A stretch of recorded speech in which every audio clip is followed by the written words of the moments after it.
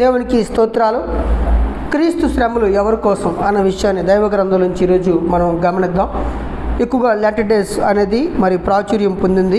40 దినాలు శ్రమ దినాలు అని క్రైస్తవ్యంలో ఒక నానుడి అనేది ఉంది. 40 దినాలు యేసు ప్రభు శ్రమ పడ్డారు అని ఆ యొక్క భావనని ఎక్కువ మంది హిందువులు అనుకుని ఉంటారు.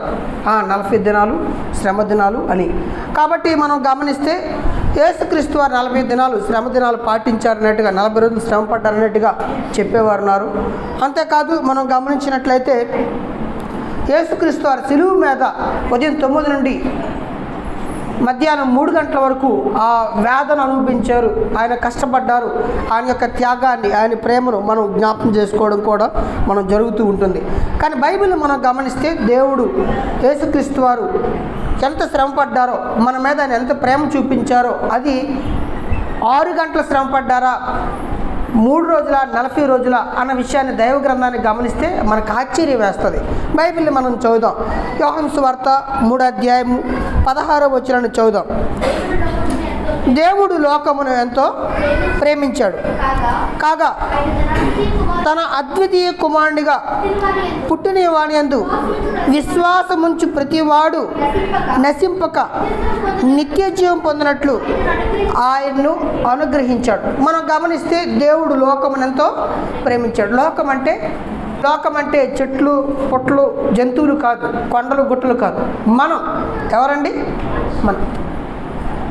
మనం గమనిస్తే దేశం అంటే మట్టి కాదు, మనుషులు. దేశం అనగానే దేశంలో నదులు కొండలు గుట్టలు కాదు, మనుషులు. కాబట్టి మనం లోతుల్లోకి వాక్యాన్ని ఆలోచిస్తే దేవుడు మనుషుల్ని ప్రేమించిరంట.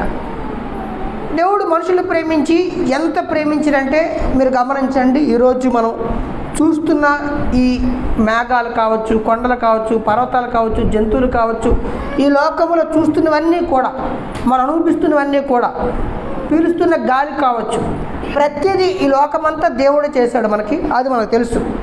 అంతేకాదు దేవుడు అక్కడ తాగిపోలేదు. మనుషులు పాపులుగా, దేవుడి యొక్క వాక్యాన్ని వినవారుగా, అపవిత్రులుగా నరకాగ్నికి వెళ్ళిపోతుంటే దేవుడు తట్టుకోలేక ఆయన జాలి, దయ, ప్రేమ, కరుణ మనిషి మీద చూపించడం కొరకు ఆఖరికి దేవుడే భూమి మీదకి మనిషిగా వచ్చాడు. దేవుడితో పాటు సమానంగా ఉండే స్థాయి యేసు ప్రభుది. ఆయన దేవుడి స్వరూపం కలిగిన వాడు ఆఖరికి మానవ దేహాన్ని ధరించుకోండి. నిజంగా మానవ దేహం ఎంత దారుణమైనది, ఎంత బలహీనమైనది, ఎంత పాపానికి అనుకూలమైనది అని మనం చూస్తే ఆశ్చర్యం అండి. ఈ మధ్యకాలంలో ఆ రోగాలు వింటుంటే ఎలాంటి కొత్త రోగాలు. కాబట్టి మానవ దేహం ఎంత బలహీనమైనది, మనం బాగుందని చెప్పి మనం ఎరగబోటండి. ఒక్కసారి కానీ శరీరం కానీ మన మాట అది డ్యామేజ్ అయ్యిందా, అది పాడైపోయిందా, చాలా కష్టం, చాలా ఇబ్బంది. కాబట్టి మనం గమనించినట్లయితే ఇలాంటి బలహీనమైన దేహం, ఇలాంటి క్షయమైపోయే దేహాన్ని దేవుడు మనిషి రూపంలోకి రావాల్సి వచ్చింది. దేవుడుగా ఉండొచ్చు కదా, కానీ ఆయనకి ఎంత ప్రేమ అంటే మనల్ని ప్రేమించాడు. ఎంత ప్రేమించాడు అంటే ఆయన మానవ దేహాన్ని ధరించుకునేంతగా ప్రేమించాడు. ఆయన మన కోసం ప్రాణం పెట్టడానికి ఆయన నిర్ణయం తీసుకోడు. ఈ లోకంలో మన కోసం ప్రాణం పెట్టే వాళ్ళు ఎవరు ఉంటారా? అవసరమైతే ప్రాణాన్ని తీసేవాళ్ళు ఉంటారు, మనల్ని ఏడిపించే వాళ్ళు ఉంటారు, మనల్ని బాధ పెట్టేవాళ్ళు ఉంటారు. మన కోసం ప్రాణం పెట్టే దేవుడు అనేవాడు ఈ లోకంలో ఉన్నారా? యేసు ప్రభు తప్ప ఇంకెవ్వరు కనబడరండి. ఇంకెవ్వరు మనకి కంటికి కనబడరు. కాబట్టి మన కొరకు దేవుడు మనల్ని ప్రేమించాడు. మాటల్లో ప్రేమ కాదు. కొంతమంది నోట్లో బూర్లు విన్నారా మీరు? నోట్లో బూర్లు అంటే నాకు అర్థమయ్యి కాదండి. స్టార్టింగ్లో నోట్లో బూర్లు ఏంటండి అంటే వాళ్ళు కష్టపడరు. పెనం రెడీ చేయడం, ఆయిల్ ప్యాకెట్ మళ్ళీ కొని తీసుకురావడం, మరలా బూర్లు కోసం పిండి రెడీ చేయడం, ఇన్ని పనులు ఉండవు. మాటలు చెప్తారు, తీయని మాటలు చెప్తారు. వాళ్ళ వల్ల మనకు ఉపయోగం ఉండదు. కాబట్టి మానవ లోకంలో ఎలాంటి ప్రేమలుంటే దేవుడు మనుషుల్ని ప్రేమించి ఆఖరికి దేవుడే మనిషిగా మళ్ళీ కాపాడడం కొరకు ఆయన వచ్చేసాడండి. నిజంగానే దేవుడు ప్రేమను మనొకసారి చూస్తుంటే ఆయన అంటున్నాడు, ఆయన మాటలు చెప్పేవాడు కాదు, చేతుల్లో చేసేవాడు. ఎంత ప్రేమించాడు అని మనం చూస్తే ఆయన క్రియల్లో చూపించినట్టుగా చూస్తున్నాం. అంతేకాదు తన ప్రేమను రుజువుపరుచుకున్నాడు. యేసుక్రీస్తు వారిని మన కొరకు బలి చేసి, యేసుక్రీస్తు వారిని మన కొరకు ఈ లోకాన్ని పంపించి. కాబట్టి దేవుడు లోకమును ఎంతో ప్రేమించాడు. ఎంత ప్రేమించాడంటే ఒక్కడు కూడా నరకానికి వెళ్ళకూడదు, నువ్వు నరకానికి వెళ్ళకూడదు, నువ్వు పరలోకానికి రావాలి, నాతో ఉండాలి అని దేవుడే మనుషుల మీద ప్రేమ చూపించి భూమి మీద పంపించినట్టుగా చూడగలం. కాబట్టి దేవుడు మన కోసం ఎంత ప్రేమ చూపించాడు అని మనం చూస్తే, అసలు మనం అలాంటి వాళ్ళని మనం ఎవరి మీద ప్రేమ చూపిస్తాం?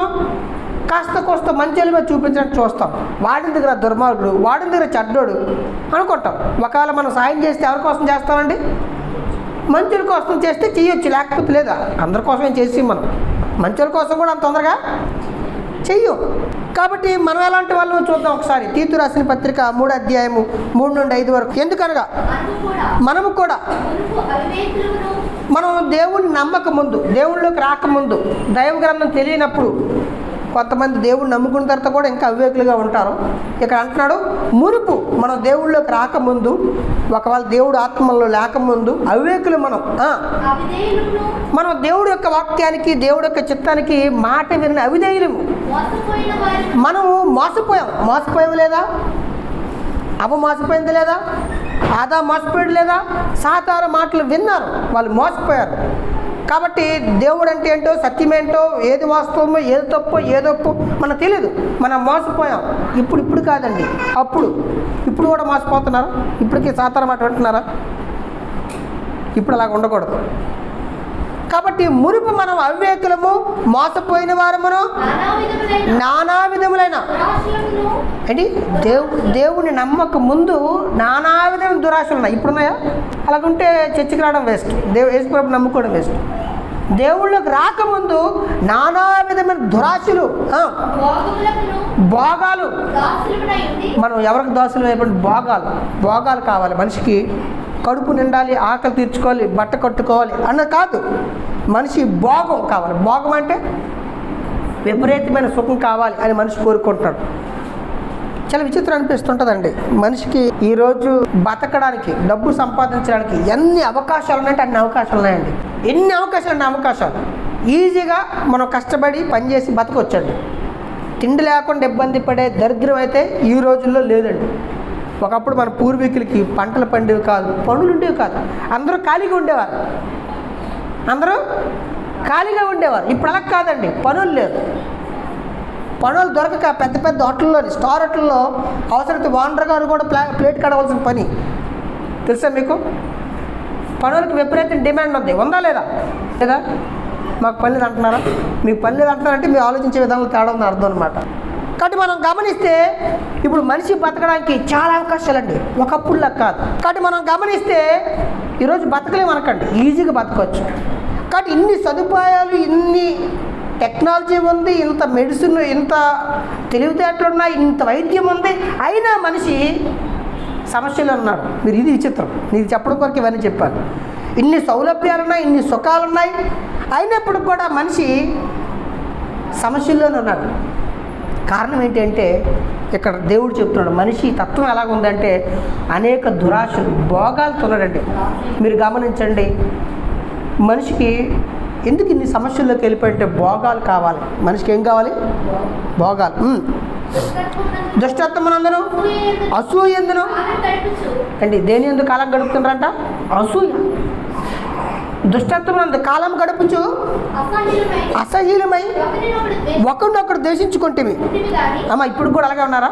ఇంకా ద్వేషంతో, ఇంకా ఈర్ష్యతోని, ఇంకా అసూయతోని కాలం గడుపుతున్నారు. ఒకవేళ అది దేవుడు నమ్మక ముందు, నమ్మిన తర్వాత ఉండకూడదు. ఒకప్పుడు అలా గడుపుతూ ఉండేవారని అప్పుడు దేవుడు ఏం చేశారంట? మన రక్షకుడైన దేవుని యొక్క దయ మానవుల ఎడల ఆయనకున్న ప్రేమయు ప్రత్యక్షమైనప్పుడు మనము దేవుడి యొక్క నీతిని అనుసరించి చేసిన మన కార్యక్రమాల వల్ల కాక తన కనికరము చెప్పునే పునర్జన్మ సంబంధమైన బాప్తిసం ద్వారా, పరిశుద్ధాత్మ నూతన స్వభావం ద్వారా అబ్బా దేవుడు మనల్ని రక్షించుకున్నాడు. ఎలా రక్షించుకున్నాడు అని చూంటే మనం ఇన్ని కేటగిరీలు, ఎలాంటి తత్వాలు ఉండేవి, అయినప్పటికీ దేవుడు మనల్ని రక్షించుకున్నాడు. నిజంగానే మనం మంచి వాళ్ళని రక్షించుకుంటా దేవుడు? నిజానికైతే మనం అందరూ ఏమనుకుంటామంటే అర్థం ముందుకెళ్ళి నేను మంచివాడిని అనుకుంటాం. తప్పు ఏం కాదండి, అలాగ అనుకోవాలి. అంటే దేవుడు అనుకునేంత మంచోళ్ళం కాదు, ఓకేనండి. దేవుడు అనుకునేంత మంచోళ్ళం కాదు, మంచోళ్ళమే. మన అందరం అంత దుర్మార్గులేం కాదు, కానీ మనం హత్యలు చేసి ఏమైనా చేసిన కాదు, మన మంచోళ్ళమే. కానీ దేవుడు అనుకునేంత మంచోళ్ళం కాదు. కాబట్టి మనం గమనిస్తే దేవుడు అంటున్నాడు, ఆయన ప్రేమ చేత మనల్ని ఆయన ఏం చేశాడు, రక్షించుకుంటాడు. ఎంత ప్రేమ అంటేనండి, నిజంగానే బైబిల్ మనం గమనిస్తే మనం ఎలాంటి వారిని, మన తత్వం ఏంటి అని బైబిల్లో చూస్తే రోమీయులకు రాసిన పత్రిక 5వ అధ్యాయంలోని 6 నుండి 10 వరకు ఉంటుంది. అక్కడ మనం పాపులమై ఉండగా అని రాయబడుతుంది, మనం ఇంకనూ బలహీనమై ఉండగా అని రాయబడుతుంది, మనం భక్తిహీనమై ఉండగా అని రాయబడుతుంది, మనం దేవుడికి విరోధులమి శత్రులమై ఉండగా అని రాయబడుతుంది. అంతేకాదు అక్కడ రాయబడుతుంది మనం నరకానికి వెళ్ళవలసిన పిల్లలమని రాయబడుతుంది, నరక పాత్రులు అని రాయబడుతుంది, నరపుత్రులు అని రాయబడుతుంది. నరకానికి వెళ్ళవలసిన వారమని బైబిల్ క్లియర్గా చెప్తుంది. అన్ని స్థితుల్లో ఉన్న మనల్ని దేవుడు ప్రేమించినట్టుంది. నిజంగా మనం ఎవరినైనా ప్రేమించాలంటే, ఎవరినైనా ఇష్టపడాలంటే, ఎవరికోసం ఏదైనా మనం చేయాలంటే ఏమండి అంత మంచి కావాలనుకుంటాం. మన అబ్బాయికి అమ్మాయిని ఇవ్వాలన్నా, అమ్మాయిని తెచ్చుకోవాలన్నా మన అబ్బాయికి అంత ఒకటే, ఫస్ట్ ఒకటే అంటాం, ఏమంటాం, మంచి మంచి మంచి మంచి మంచి కదా. కానీ దేవుడు మనలో మంచి చూసి ప్రేమించలేదు, లోపం ఉన్నప్పటికీ ప్రేమించాడు. నిజంగా దేవుడు ప్రేమ ఉన్నతమైనది. అంత ప్రేమ కలిగిన దేవుడు మన కొరకు ఆయన ఈ భూమి మీదకి వచ్చినట్టుగా చూస్తాం. చూడండి, లోకాసు వార్త 2వ అధ్యాయము 10వ వచనం చదువుదాం. అయితే ఆ దూత, భయపడకుడి, ఇదిగో ప్రజలందరికీ కలగబోవు మహా సంతోషకరమైన సువర్తమానం మీకు తెలియజేయుచున్నాను.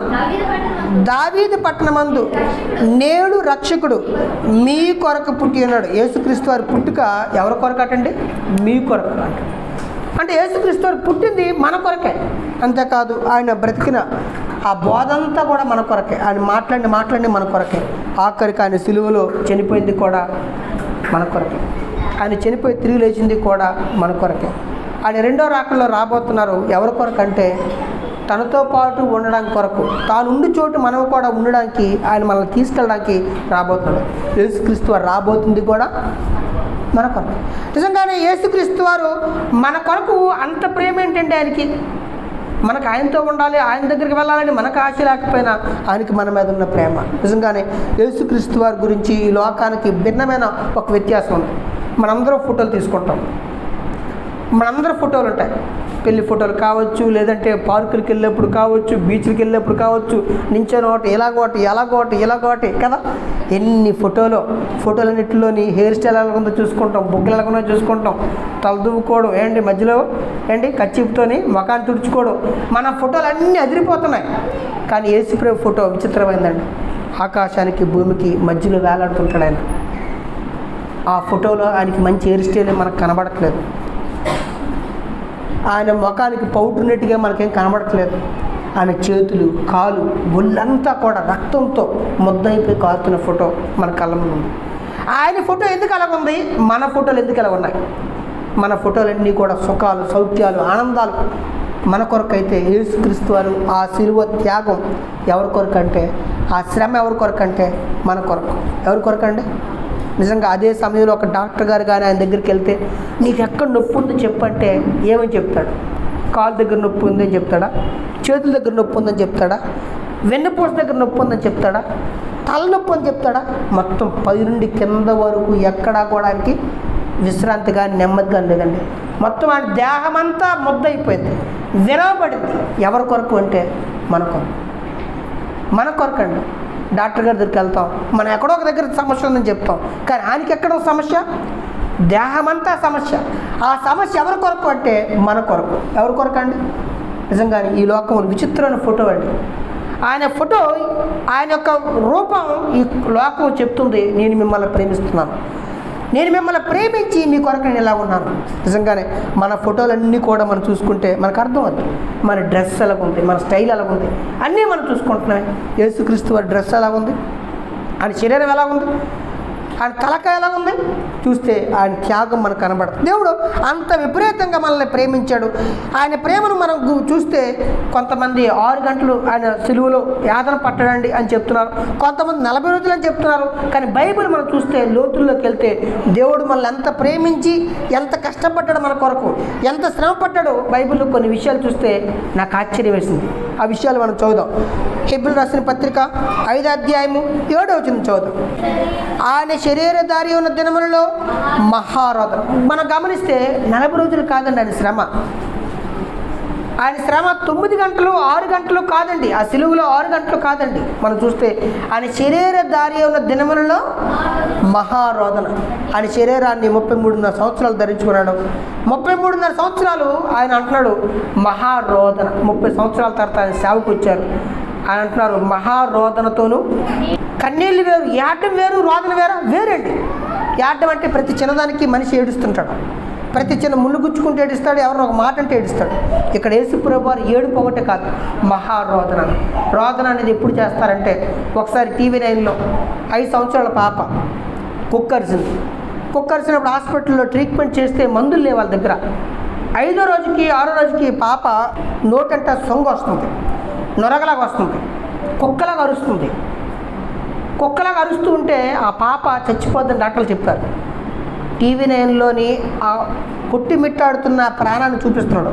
వాళ్ళ అమ్మ అక్కడ ఏడుస్తుంది, హెయిర్ స్టైల్ చూసుకోవట్లేదు, జుట్టు విరబూసుకొని, ఒంటి మీద పైట్ సింగు లేదండి, గుండెలో పుట్టుకుని దొండేస్తుంది. ఆ బిడ్డనే చావు బతుకుల్లో చూసినప్పుడు అప్పుడు టీవీలో తల్లి యొక్క రోదన చూడలేకపోతుందని పెట్టాడు. నిజంగా యేసు ప్రభు అలా చేశాడు. ప్రతిరోజు రోధించాడు ఆయన. ప్రతిరోజు ఆయన ఆ రోదనకు గురయ్యాడు. కారణం ఏంటంటే మనల్ని కాపాడడం కొరకు. ఒకవేళ యేసుక్రీస్తే కానీ రక్షణ మనకి ఇవ్వకపోతే మానవ లోకమంతా పాతాళంకి వెళ్ళిపోతుంది. లోక భారం అంతా ఆయన భుజాల మీద ఉంది. పొరపాటు ఆయన చేస్తే అవ్వదండి. నువ్వు పొరపాటు చేస్తే మనం ఒక నరకానికి వెళ్తాం. కానీ ఆయన కానీ ఒకవేళ కానీ ఈ లోకాన్ని రక్షించకపోతే మానవ లోకం అంతా పాతాళ గుండానికి వెళ్ళిపోతుంది. అందుకే ఆయన మహారోదనతో కన్నీళ్లతో ఆయన ఈ లోకంలో శ్రమ పడినట్టుగా మనం చూస్తున్నాం. యేసుక్రీస్తు వారి శ్రమ 6 గంటలు కాదు, 40 రోజులు కాదు, ఆయన శరీరధారి దినాల్లో అన్నాడు. ఎంత ఏడ్చాడు, ఎంత కష్టపడ్డాడు ప్రభు మన కొరకు అని మనం చూస్తే బైబిల్ మరింత లోతుల్లో బైబిల్ చెప్తుంది. హెబ్రీ 9వ అధ్యాయము 26వ వచనం చదువుదాం. అట్లయిన ఎడల జగత్ పునాది వేయబడింది మొదలుకొని ఆయన అనేక పర్యాయములు. అమ్మ యేసు ప్రభు ఎప్పుడు శ్రమ పడ్డంట, ఎప్పుడు శ్రమ పడ్డండి. జగత్ పునాది వేయబడిన దగ్గర నుండి అనేక సార్లు యేసు ప్రభు శ్రమ పడ్డాడు. ఈ లోకపు ఆఖరిలో ఆయన వచ్చి ప్రాణం పెట్టాడు. ఓకే, ఆయన సిలువ మీద ప్రాణం పెట్టాడు, ఇది కాదు. కానీ అనేక సార్లు ఆయన సృష్టి పుట్టింది మొదలుకొని ఈ జగత్తుకి లోకానికి పునాది వేసిన దగ్గర నుండి యేసు ప్రభు అనేక సార్లు ఎక్కడ శ్రమ పడ్డాడండి? మీరు గమనించండి. అసలు ఈ సృష్టి అంతా చేసింది ఎవరు అనుకుంటున్నారు? యేసు ప్రభు చేశాడు. కలిగినది ఏది ఆయన లేకుండా కలగలేదు. సూర్యుడు కావచ్చు, చంద్రుడు కావచ్చు, భూమి కావచ్చు, లోకమంతా చేసింది యేసు ప్రభువే. అంతేకాదు ఏదైనా తోటలో ఆదాము చేసింది ఎవరు అనుకుంటున్నారు? ఆదాముతో మాట్లాడింది ఎవరు అనుకుంటున్నారు? ఎవరండి? యేసుక్రీస్తు. మోషే గారికి ధర్మశాస్త్రం ఇచ్చింది ఎవరు? నేనే యెహోవాని అని మాట్లాడిన యెహోవా నామముతో వచ్చింది ఎవరంటే యేసుక్రీస్తు వారు. కానీ మనం గమనిస్తే యేసుక్రీస్తు వారు సృష్టి పుట్టింది మొదలుకొని ఆయన అనేక సార్లు శ్రమ పడ్డాడు. ఎవరి కొరకు అంటే సంఘం కొరకు, దేవుడి బిడ్డల కొరకు, మానవాళి రక్షణ కొరకు. కాబట్టి మనం బైబిల్ గమనిస్తే సృష్టిని కలిగించాడు అని మనం చూస్తున్నాం. అంతేకాదు అబ్రహాము గారితో యేసుక్రీస్తు వారు మాట్లాడారు. ఆ సొదొమ గొమొర్రా నాశనం చేసేటప్పుడు 2 దేవతలు వెళ్ళిపోతారు, అక్కడ యెహోవా ఉంటాడు అని ఉంటుంది. యెహోవాతో అబ్రహాం గారు బేరం మాట్లాడతారు. 50 మంది ఉంటే చంపవు కదా ఆ దేశాన్ని, ఆ సొదొమ గొమొర్రా పట్టణం నాశనం చేయ కదా అంటాడు. 45 మంది నీతిమంతులు ఉంటే నాశనం చేయు కదా అంటాడు. అవును చేయను అంటాడు. తర్వాత 40 మంది అంటాడు, 30 మంది అంటాడు, 20 మంది అంటాడు, 10 మంది అంటాడు. ఎవరితో మాట్లాడుతున్నారు అనుకుంటున్నారు? యేసుక్రీస్తు వారితో మాట్లాడుతున్నాడు. యేసుక్రీస్తు వారు అనేక సార్లు భూమి మీదకి రావాల్సి వచ్చింది. చూడండి ఒకసారి 8వ అధ్యాయము, యోహాను సువార్త 8వ అధ్యాయం 56వ వచనం చదువుదాం. ఇదే విషయాన్ని యేసు ప్రభు శిష్యులతో మాట్లాడుతున్నాడు, యూదులతో మాట్లాడుతున్నాడు ఒకరోజు. మీ తండ్రి అయిన అబ్రహాము నా దినము చూతునని మిగులు ఆనందించును, అది చూచి సంతోషించినాను. అందుకు యూదులు, నీకు 50 సంవత్సరాలు లేవే, నువ్వు అబ్రహామును చూచావా? ఎందుకంటే ఆయన 3000 సంవత్సరాలకు ముందే, అప్పటికి 3000 సంవత్సరాల ముందే భూమి మీద బ్రతికి చనిపోయాడు. యేసుప్రభు అంటున్నాడు, మీ తండ్రి అయిన అబ్రహాము నన్ను చూడాలని ఆశపడ్డాడు, అది చూసి ఆనందించాడు. నీకు 50 సంవత్సరాలు లేవే, నువ్వు అబ్రహామును చూసావా అంటే అప్పుడు యేసుప్రభు అంటాడు, అబ్రహాము పుట్టక మునిపే. కాబట్టి యేసుక్రీస్తు వారు అబ్రహాము కలిసి మాట్లాడారు. కాబట్టి ఆ రోజు అబ్రహాంతో మాట్లాడింది ఎవరంటే యేసుక్రీస్తు వారు. అంతేకాదు మనం గమనిద్దాం, పేతురు రాసిన మొదటి పత్రిక 3వ అధ్యాయం 20 వచనం చదువుతాం. దేవుడు దీర్ఘశాంతము ఇంకా కనిపెట్టుచున్నప్పుడు పూర్వము నోవాహు దినములలో వాడ సిద్ధపరచబడుచున్నప్పుడు అవిధేయులైన వారి యొద్దకు, అనగా చెరలో ఉన్న ఆత్మల యొద్దకు ఆయన ఆత్మరూపిగానే వెళ్ళి వారికి సువార్త ప్రకటించాడు. నోవాహు జలప్రళయ సందర్భాలట యేసుప్రభు వారు ఆత్మరూపిగా వెళ్ళి సువార్త చేశారంట. అమ్మ ఏం చేశారు? దీన్ని కొంతమంది బైబిల్ థియాలజిస్టులు లేదా చాలామంది పాస్టర్ గారులు ఏమని చెప్తారంటే, చెరలో ఉన్న ఆత్మలు అనగానే పాతాళ లోకంలో ఉన్న చెరలో ఉన్న ఆత్మల దగ్గరికి అని అంటుంటారు. అయితే నేనైతే దాన్ని అంగీకరించలేను. చాలా కాలేజీలు, చాలా పాస్టర్ గారులు ఇదే నమ్ముతుంటారు, చెరలో ఉన్న ఆత్మల దగ్గర అనగానే పాతాళ లోకంలో ఉన్న ఆత్మల దగ్గరికి యేసుప్రభు వెళ్ళాడని. అంతవరకు ఆలోచించే పని లేదు. పాపం అనే చెరలో ఉన్న ఆత్మల దగ్గరికి వెళ్ళాడు అని సింపుల్గా అర్థం చేసుకోవచ్చు. నోవాహు జలప్రళయ సందర్భంలో నోవాహు 120 సంవత్సరాలు సువార్త ప్రకటించాడు. నీతిని ప్రకటించిన నోవాహు అని రాయబడుతుంది. నోవాహు ఒక్కడే సువార్త చేయట్లేదు, నోవాహుతో పాటు ఎవరు చేస్తున్నారు? ఎవరు చేస్తున్నారు? యేసుప్రభు చేస్తున్నాడు. యేసుప్రభు వెళ్తున్నాడు, ఆత్మరూపిగా వెళ్తున్నాడు. వెళ్ళి ఏం చేస్తున్నాడండి ఆయన?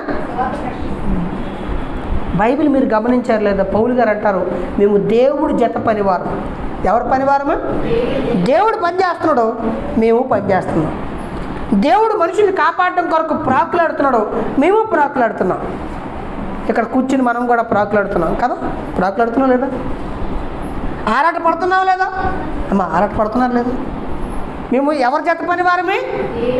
దేవుడితో జత కట్టాం అంటాడు. ఈరోజు మనం గమనిస్తే యేసుప్రభు కూడా వాళ్ళతో పాటు లేడు, నోవాహుతో పాటు లేడు.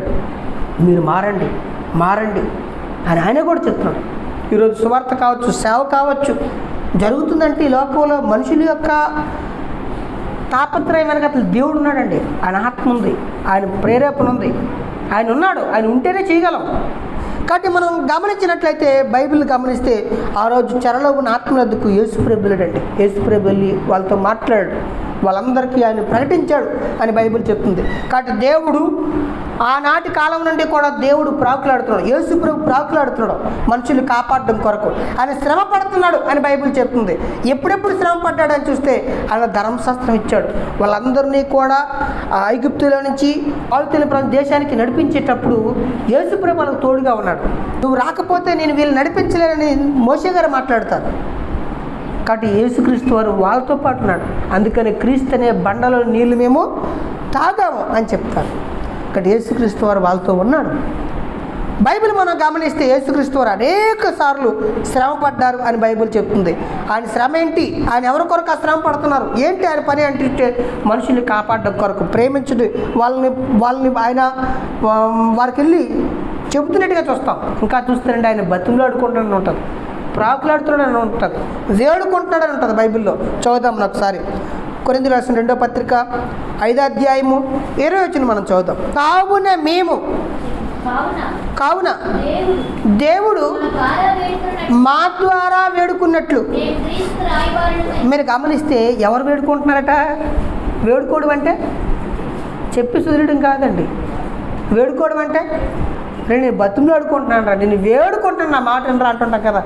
దేవుడు గురవుతున్నాడు, యేసుప్రభు గురవుతున్నాడు. యేసుప్రభు ఇక్కడ ఏమంటున్నాడంటే వేడుకుంటున్నట, మారండి అని.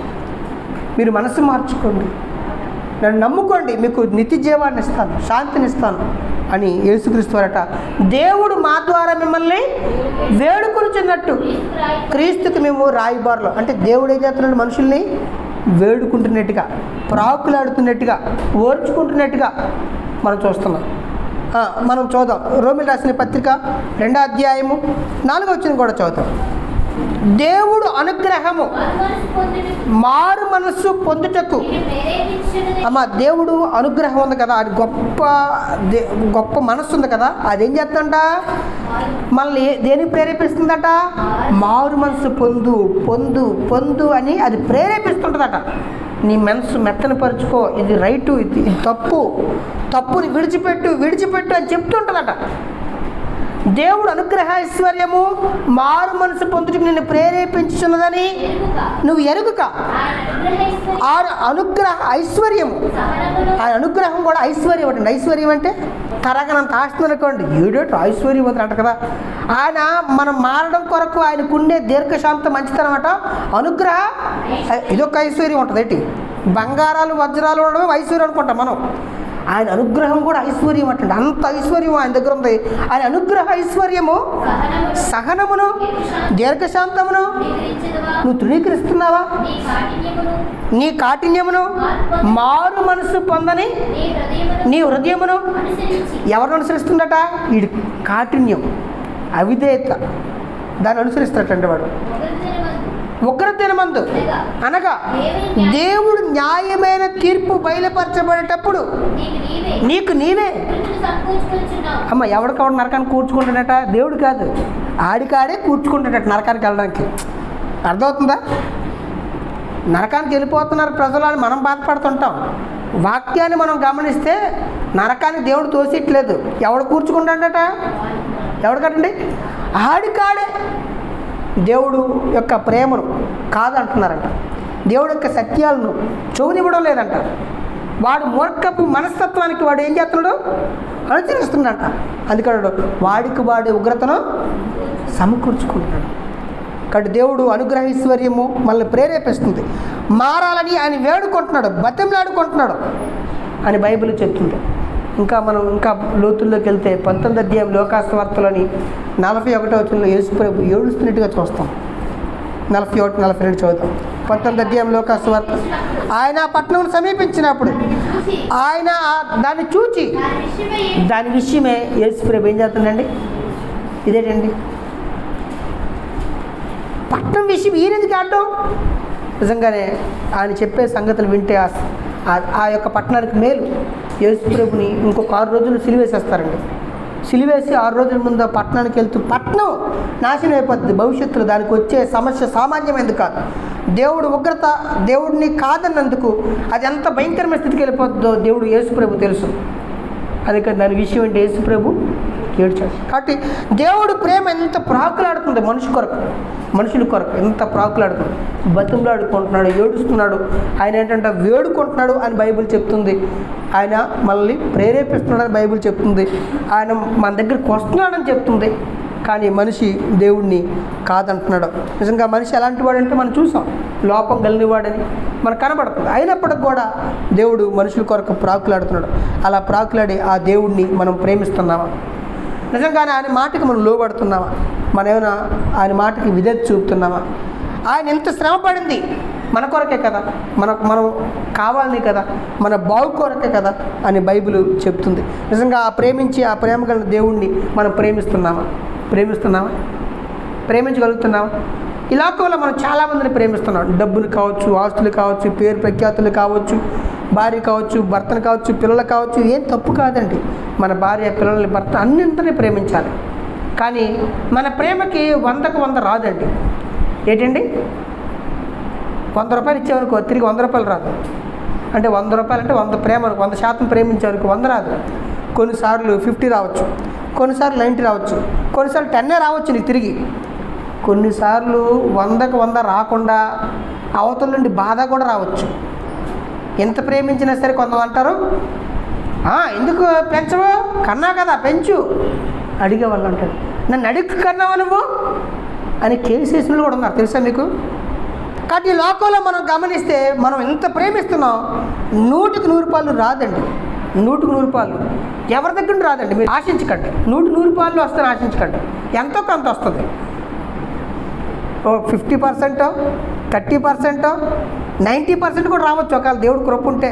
మనం 100% ప్రేమించాం, భార్యని కావచ్చు, భర్తని కావచ్చు, పిల్లలు కావచ్చు. ఆ తిరిగి మాత్రం 100కి 100 ప్రేమించారు. 100 ప్రేమించారు నా భార్యని, నా పిల్లల్ని, వాళ్ళకి 100 తిరిగి ప్రేమిస్తారని నమ్మకం లేదు. గ్యారెంటీ రాదండి. 100కి 100 మాత్రం రాదు. ముందు చెప్పేస్తాను, ఎంతైనా మంచి కదా అంటే ఒక 90% రావచ్చేమో ఒకవేళ. అది కూడా మీరు సంతోషిస్తారని నా మాట అంటున్నాను. అండ్ నిజంగా పిల్లలు ఎంత ప్రేమిస్తున్నారండి, తల్లిదండ్రులు ఎంత ప్రేమిస్తున్నాం, కానీ అంత ప్రేమిస్తున్నారా? చాలా కష్టం. కాబట్టి మనం గమనిస్తే దేవుడు మళ్ళీ ప్రేమిస్తున్నాడు. ఎంత ప్రేమిస్తున్నాడు అంటే ఆయన వచ్చి చచ్చిపోయాడు, ఆయన వచ్చి బతిమలాడుకుంటున్నాడు, వేడుకుంటున్నాడు, ఏడుస్తున్నాడు. ఎంతకీ ఆయన ఏడుపు అంతా మనం మారాలని. మనం మారడం వల్ల ఆయనకే లాభమా? ఆయనకేం లాభం అండి? 100కి 100 పాలు మనకే లాభం. కాబట్టి మనం దైవ గ్రంథాన్ని మనం గమనిస్తే దేవుడు 100కి 100 పాలు మనల్ని ప్రేమించే వ్యక్తి అండి. మనం ఆయన్ని ప్రేమిస్తే ఆయన ఏం చేస్తే తెలుసా? 100% మనం ఆయన్ని ప్రేమిస్తే ఆయన మనల్ని ఎంత ప్రేమిస్తాడో చూస్తే ఆశ్చర్యపోతామండి. ఇక్కడ మనం 100 పెడితే 100% ప్రేమిస్తే 100కి 100 ఖచ్చితంగా రాదు. బాండ్ పేపర్ మీద రాసుకోండి. దేని మీద రాసుకోండి? తిరిగిలేదు. 100కి 90 రావచ్చు, 50 రావచ్చు, 10 రావచ్చు. రిటర్న్స్ మనకి తెలియదు. కొన్నిసార్లు దానికి బదులు నష్టం కూడా వచ్చే అవకాశం కూడా ఉంది. ప్రేమకు బదులు సమస్యను కూడా విత్తే అవకాశం ఉంటుంది. కానీ దేవుణ్ణి మనం ఒకవేళ ప్రేమిస్తే ఏం జరుగుతుందో చూద్దాం. మార్క్స్ వార్త 10వ అధ్యాయం 29 చూద్దాం. అందుకు యేసు ఇట్లను నా నిమిత్తం, ఆమె ఎవరి కోసమ్మా? మన కొరకు ఏడ్చి ప్రాకులాడి సృష్టి పుట్టింది మొదలుకొని మన కొరకు శ్రమ పడుతున్న యేసుప్రభు శ్రమ 6 గంటలు మాత్రమే కాదు అని చూసాం. సృష్టి పుట్టింది మొదలుకొని ఆయన మనకు శ్రమ పడుతున్నట్టుగా, ప్రాకులాడుతున్నట్టుగా మనం చూస్తున్నాం. కాబట్టి నా కోసం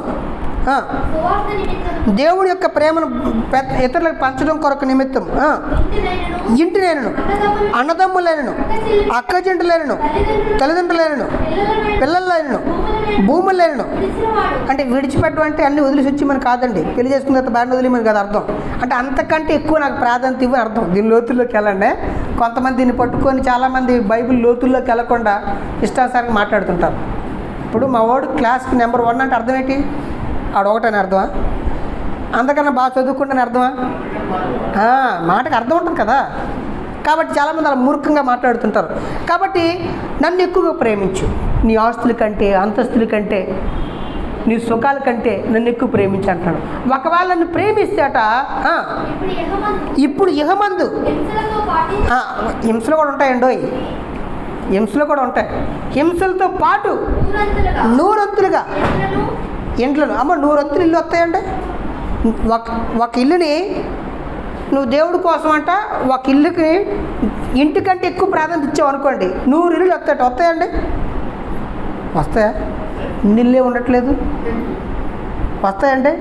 ఒకవేళ 100 ఇల్లులు ఉంటే నీకు ఎంత ఆనందం ఉంటుందో అంత ఆనందాన్ని ఇచ్చేస్తాడు. 100 అంతులు ఇహమందును, ఇండ్లను, అన్నదమ్ములను, అక్కజంటలను, తల్లులను, పిల్లలను, భూములను, రాబో లోకమందు. అబ్బా దేవుడి స్తోత్రాలమ్మా. దేవుడిని ప్రేమిస్తేట ఇక్కడ 1% నువ్వు ప్రేమిస్తే ఎంతంట? 1 రూపాయికి 100. మనకి లెక్కలు బాగా ఇష్టం కదా. అంటే డబ్బులు అయితే బుర్ర బాగా పనిచేద్దాం మనకి. అందుకని నేను ఆ లెక్కలు చెప్తున్నాను, మనకు అర్థమయ్యే భాషలు చెప్తున్నాను. ఒకవేళ 100 రూపాయలు కానీ 100% దేవుడిని ప్రేమించాడు. 100కి ఎంత వస్తుంది? 100కి 100 కాదు. 100కి ఎంత? 10,000 అండి. 1%కి 100, 100కి 10,000. వా 10,000కి 10 లక్షలా? లక్ష అనుకుంటున్నాను. కానీ మనం గమనిస్తే నన్ను ప్రేమిస్తే అంత నిజంగా ఆ దేవుడిని మీకు కూడా తెలుసా అండి? దేవుడిని మనం ప్రేమించామనుకోండి, భార్య ప్రేమ తక్కువైనా, భర్త ప్రేమ తక్కువైనా, కుటుంబాల్లో వాళ్ళు కూడా మనల్ని ప్రేమించినట్టు దేవుడు చేయగలరు. దేవునికి స్తోత్రాలు. ఎవరు చేయగలరండి? ఒకవేళ ఎక్కడైనా సరే ఒకవేళ మన జీవితంలో చీకటి అనుకున్నా ఆ సమస్య నీకు సమస్యగా ఉండదు. దేవుడికి స్తోత్రాలు. ఏంటండి? ఒకవేళ నువ్వు దేవుణ్ణి ప్రేమించే వ్యక్తివైతే నీకు సమస్య వచ్చింది, నీ కుటుంబంలో కావచ్చు, పక్కింట్లో కావచ్చు, ఏదో ఒక ఇబ్బంది వచ్చింది, అన్యాయం చేశారు. ఆ బాధని, ఆ యొక్క సమస్యని నీకు సమస్య కాకుండా దేవుడు చేయగలడు. ఎందుకని? ఆయన నీకు తోడుగా ఉండకాడు. నీకు ఇంకా అర్థం కాదు. నీ దగ్గర నీకు ఎవరో ఇవ్వాల్సిన ₹1,00,000 ఇవ్వలేదండి, కానీ ఇక్కడ 100 కోట్లు వస్తాయి అనుకోండి, ఆడు ఇవ్వాల్సిన డబ్బుల గురించి బాధపడతావు. నువ్వు ఎందుకు బాధపడవు? 100 కోట్లు వచ్చింది పోరా అంటాం మనం. అంటే మన జీవితంలో ఎక్కడైనా కొదువు అనిపిస్తే ఆ కొదువుని కూడా దేవుడు ఏం చేయగలడు? చేసుకోగలడండి. నిజంగా భక్తులు తమ జీవితాలను చూశారు, వాళ్ళు అనుభవించారు. కాబట్టి మనం దేవుణ్ణి ప్రేమించాలని, ఆయన మనల్ని ప్రేమిస్తున్నాడని, ఎంత ప్రేమిస్తున్నాడని చూస్తే సృష్టి పుట్టింది మొదలుకొని అనేక సార్లు ఆయన శ్రమ పడ్డాడని, ఆయన వేడుకుంటున్నాడని, బతిమలాడుకుంటున్నాడని, దీర్ఘశాంతం చూపిస్తున్నాడని మనకు కనబడుతుంది. అలాగని భక్తుల పట్లే కాదండి, చెడ్డ వాళ్ళ పట్ల కూడా దేవుడు దీర్ఘశాంతం చూస్తుండట. ఇది విచిత్రం. వారి పట్ల కూడా ఆయన కనికరం చూపిస్తుండటండి. రోమిలకు రాసిన పత్రిక 9వ అధ్యాయము 22 చదువుదాం. చూడండి, అద్భుతంగా ఉంటుంది. చాలామంది కొన్ని ప్రశ్నలకు సమాధానం సరిగ్గా చెప్పరు. ఎగ్జాంపుల్ మీకు అర్థం కావడానికి, ఫరో హృదయాన్ని దేవుడు కఠినపరిచి ఉంటుంది. ఆ మాట పట్టుకొని దేవుడే కఠినపరిచాడు, దేవుడే శిక్షించాడు, దేవుడిదే తప్పు, దేవుడే జగన్నాటక సూత్రధారి అన్నట్టుగా ఆ మాట అనిపిస్తుంది. కానీ అది కాదు, దాని అర్థం అది కాదు. అర్థమవుతుందండి? కాబట్టి ఇక్కడ మనం బైబిల్ గమనించారు లేదో, దావీదుని సాతానుడు ప్రేరేపించాడు ఉంటుంది ఒక దగ్గర, కానీ అదే మాటని ఇంకో భక్తుడు రాస్తూ దేవుడే అతన్ని శోధించాడు అని ఉంటుంది. ఒకే సందర్భాన్ని కొన్నిసార్లు రాయబడుతుంది. ఎందుకు అలా రాయబడిందంటే, సాతానుడు శోధించాలన్న పర్మిషన్ ఎవరు ఇవ్వాలి? దేవుడు. అందుకని ఆ గ్రంథకర్త మూలంకి వెళ్ళి మాట్లాడాడు. కానీ నిజానికి అయితే శోధనలన్నీ కూడా ఎవరి వల్ల వస్తాయి? సాతాను వల్ల వస్తాయి. కాబట్టి ఈ విషయాన్ని గమనించాలి. మనం గమనిస్తే ఇక్కడ 22వ వచనం చూద్దాం. అలాగూ దేవుడు తన ఉగ్రతను అగపరచుటకు, తన ప్రభావమును చూపుటకు ఇచ్చించిన వాడే నాశనమునకు సిద్ధపడి. చూడండి, నాశనానికి వాడి సిద్ధపడతాడండి, దేవుడు సిద్ధపరచడం. ఇస్కరియోతు యోధా వాడు మారు మనసు పొందడానికి దేవుడు ఎన్నోసార్లు చెప్పాడు, నువ్వు పుట్టకపోతే మేలు, మీలో ఒకడు ఆవిడ అవిశ్వాసి, వాడు సాతాను బిడ్డ, సాతాను మాట అంటున్నాడు అని దేవుడు బాధపడితే ఎన్నోసార్లు చెప్పాడు. కానీ వాడు వెళ్ళే, వాడు ఏం చేశాడు? సాతాను ముందు ఆలోచన చెప్పింది. సాతాను ఒకరికే అందరికీ చెప్తాడు, కానీ వీడు చోటిచ్చాడు. సాతాను వాడిలోకి వచ్చేసింది, తిష్ట వేసిందని ఉంటుంది. మీరు గమనించండి, పేతురు గారితో యేసుప్రభు అంటాడు, పరలోకపు తండ్రే నీకు ఈ విషయాన్ని చెప్పాడు, మనుషులు అంటాడంట. ఎక్కడన్నాడు? ఎందుకన్నా ఆ మాట చెప్తారా మీరు? నేను ఎవరిని, నా గురించి ప్రజలు ఏమనుకుంటున్నారు అని అడిగినప్పుడు అప్పుడు ఇతను అంటాడు, నువ్వు సజీవుడివైన దేవుడు కుమారుడివి అంటాడు పేతురు గారు. అప్పుడు యేసుప్రభు అంటాడు, ఇది దేవుడే నీకు పరలోకపు తండ్రే చెప్పాడు అంటాడు. పరలోకపు తండ్రి ఒకరికి చెప్తాడు, అందరికీ చెప్తాడా? అందరికీ చెప్తాడు. కానీ పేతురు గారు కాంటాక్ట్ అవ్వడానికి దగ్గరలో ఉన్నాడు. పేతురు గారు దేవుడితో కనెక్షన్లో ఉన్నాడు. కాబట్టి ఆయన టక్క మనం రిసీవ్ చేసుకోండి. అందరికీ చెప్తాడు, కానీ ఎవడు గ్రహిస్తాడో వాడికే వెళ్తాడు. కాబట్టి దేవుడు అందరికీ చెప్తాడు, సాతానుడు కూడా అందరికీ చెప్తాడు. సాతాను మాట వినేవాడు ఇస్కరియోతు యోధా అయితే, పేతురు గారు దేవుడి మాట విన్నవాడిగా ఉన్నాడు. మిగిలిన అటు కది ఇటు కది మధ్యలో ఉన్నారు. ఇక్కడ కూర్చుని మనం కూడా ఇటువైపు ఉన్నాం. దేవుడితో కాంటాక్ట్లో ఉంటే కొన్ని విషయాలు మనకు బాగా అర్థమవుతాయి, కొన్ని విషయాలు అర్థం కాదు, అలా వెళ్ళిపోతుంటాయి.